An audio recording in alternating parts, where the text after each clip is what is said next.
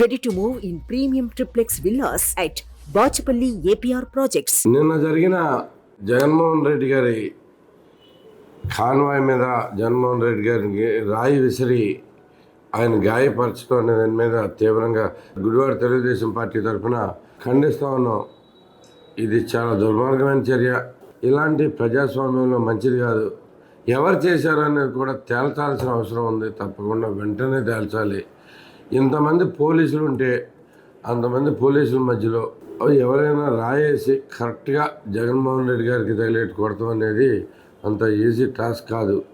So దీని మీద అర్జెంటుగా ఒక సిట్ వేసి అన్నా కానీ దీనికి ఎవరు వేసారనేది తేల్చాల్సిందిగా పోలీసు వారిని కోరుతా ఉన్నాం. లేదా మా గవర్నమెంట్ వచ్చిన తర్వాత చంద్రబాబు గారిని రిక్వెస్ట్ చేసి సిట్ వేయించైనా కానీ అప్పుడైనా తేలుస్తామని చెప్పేసి అందరికీ తెలియజేస్తా ఉన్నాం. రాజకీయ నాయకుల మీద దాడి చేయటం అంటే అది ఏమన్నా చిన్న విషయంగా తీసుకోకూడదు. మేమేదో జగన్మోహన్ రెడ్డి గారు వచ్చి గుడివాడ వచ్చి పోయిన ఎన్నికల ముందు వచ్చినప్పుడు టిడ్కో ఇళ్ళన్నీ ఫ్రీగా ఇస్తా ఉన్నారు. దానికి క్షమాపణ చెబుతారు. ఈసారి ఫ్రీగా ఇస్తామని చెప్పి క్షమాపణ చెబుతారని చెప్పి ఆశిస్తుంటే మధ్యలో ఇది జరగటం మేము కూడా బాధాకరం. దీన్ని అయితే తీవ్రంగా ఖండిస్తున్నాం. తెలుగుదేశం పార్టీ ఎప్పుడు ఇలాంటి దాడులను ప్రోత్సహించదు. అలాగే వాళ్ళని అంత ఈజీగా తీసుకోకూడదనే మా ఉద్దేశం కూడా. ఇంతకుముందు మీకు అందరికీ గుర్తుండే ఉంటుంది, చంద్రబాబు గారి మీద రాళ్ళదాడి జరిగినప్పుడు మా ఇక్కడ ప్రజెంట్ ఎమ్మెల్యే అంతా వెకిలిగా కామెంట్లు చేశాడు. మీరే ఒకసారి చూడండి ఎంత దారుణంగా మాట్లాడారు.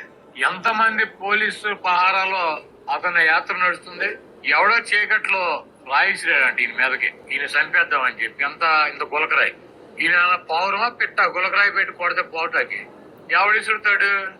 పక్కింటి హీరోని తీసుకొచ్చి అదాలం ఎక్కాలని చూస్తున్నావు కాబట్టి నీ తాలూకు ఎవడు ఇసుకుంటాడు.